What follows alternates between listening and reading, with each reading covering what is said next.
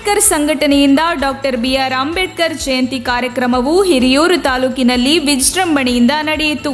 ತಾಲೂಕಿನ TB circle ಬಳಿಯ doctor B R Ambedkar ಅವರ ಪ್ರತಿಮೆಗೆ ಪುಷ್ಪಮಾಲೆ ಸಲ್ಲಿಸಿ ಟಿಬಿ ಸರ್ಕಲ್ ವೃತ್ತದಿಂದ ಹಿರಿಯೂರು ನಗರದ ಕೆಎಸ್ಆರ್ಟಿಸಿ ಬಸ್ ನಿಲ್ದಾಣದವರೆಗೆ ಮೆರವಣಿಗೆ ನಡೆಸುವ ಮೂಲಕ ವಿಶೇಷ ಗೌರವ ನೀಡಲಾಯಿತು.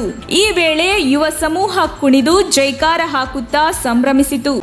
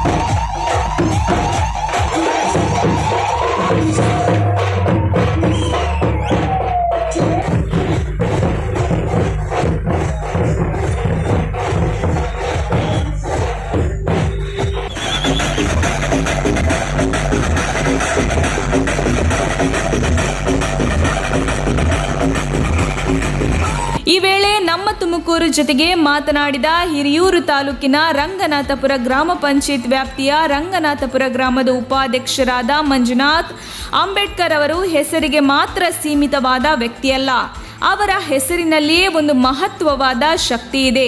ಅಂಬೇಡ್ಕರ್ ಅವರು ರಚಿಸಿದಂತಹ ಸಂವಿಧಾನವು ಕೇವಲ ಎಸ್ಸಿ ಎಸ್ಟಿಗೆ ಮಾತ್ರ ಸೀಮಿತವಾಗಿಲ್ಲ. ಪ್ರತಿಯೊಬ್ಬ ವ್ಯಕ್ತಿಯೂ ಸಹ ಇಂದು ಶಿಕ್ಷಣ ಪಡೆಯಲು ಕಾರಣವೇ ಡಾಕ್ಟರ್ ಬಿಆರ್ ಅಂಬೇಡ್ಕರ್ ರಚಿಸಿದ ಸಂವಿಧಾನ ಎಂದು ತಿಳಿಸಿದರು. ಹೆಸರಷ್ಟೇ ಸೀಮಿತ ಅಲ್ಲ, ಅದೊಂದು ಶಕ್ತಿ.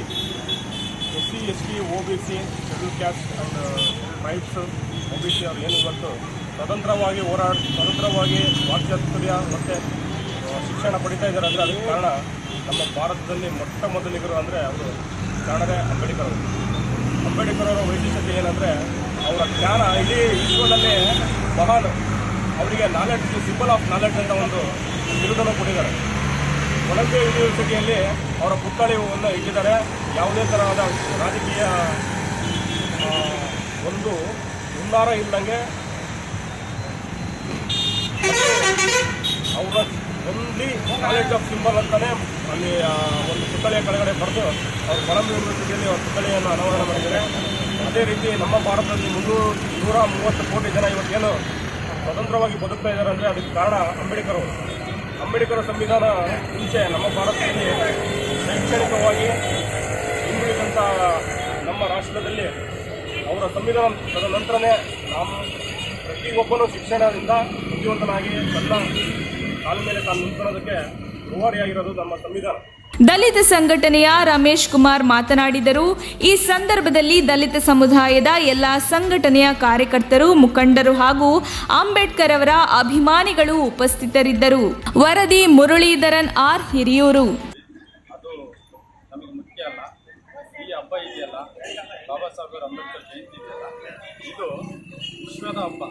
ಈ ಹಬ್ಬವನ್ನು ಈ ದೇಶದ ಇಡೀ ವರ್ಲ್ಡಲ್ಲೇ ಮಾಡ್ತಾ ಇದ್ದಾರೆ, ಇಡೀ ವಿಶ್ವದಲ್ಲೇ ಮಾಡ್ತಾ ಇದ್ದಾರೆ.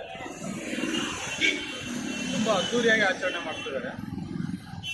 ನಮ್ಮ ದೇಶದಲ್ಲೂ ಕೂಡ ಪ್ರತಿ ಮನೆಗೂ ಪ್ರತಿಯೊಂದು ಸಮುದಾಯದವರು, ಪ್ರತಿಯೊಬ್ಬ ಜನಾಂಗದವರು, ಅಲ್ಪಸಂಖ್ಯಾತರಿರ್ಬೋದು, ಎಸ್ಸಿ ಎಸ್ಟಿ ಆಗಿರ್ಬೋದು, OBC ಆಗಿರ್ಬೋದು, ಜನರಲ್ ಆಗಿರ್ಬೋದು, ಪ್ರತಿಯೊಂದು ಸಮಾಜದವರು ಈ ಒಂದು ಬಾಬಾ ಸಾಹೇಬ್ ಅವರ ಜಯಂತಿಯನ್ನು ತುಂಬ ಅದ್ಧೂರಿಯಾಗಿ ಮಾಡಬೇಕು.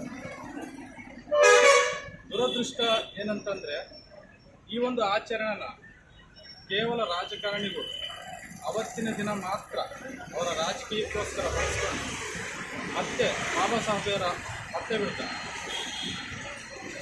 ಬರೀ ಎಸ್ಸಿ ಜನಾಂಗ ಮಾತ್ರ, ಎಸ್ಸಿ ಎಸ್ಟಿ ಜನಾಂಗ ಮಾತ್ರ ಈ ಒಂದು ಆಚರಣೆನ ಅಲ್ಲಲ್ಲಿ ಮಾಡ್ತಾ ಇರ್ತೀವಿ.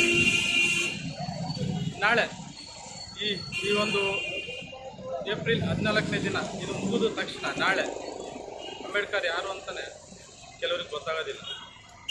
ಅವ್ರು ಕೊಟ್ಟಿರ್ತಕ್ಕಂಥ ಮೀಸಲಾತಿ, ಅವ್ರು ಕೊಟ್ಟಿರ್ತಕ್ಕಂಥ ಈ ದೇಶಕ್ಕೆ ಕೊಟ್ಟಿರ್ತಕ್ಕಂಥ ಕೊಡುಗೆಗಳನ್ನ ಯಾವುದೋ ಒಂದು ಮೂಲೆಗೆ ತಳ್ಳಿಬಿಡ್ತಾರೆ. ಇದು ಒಂದು ಈ ದೇಶದ ದುರದೃಷ್ಟ.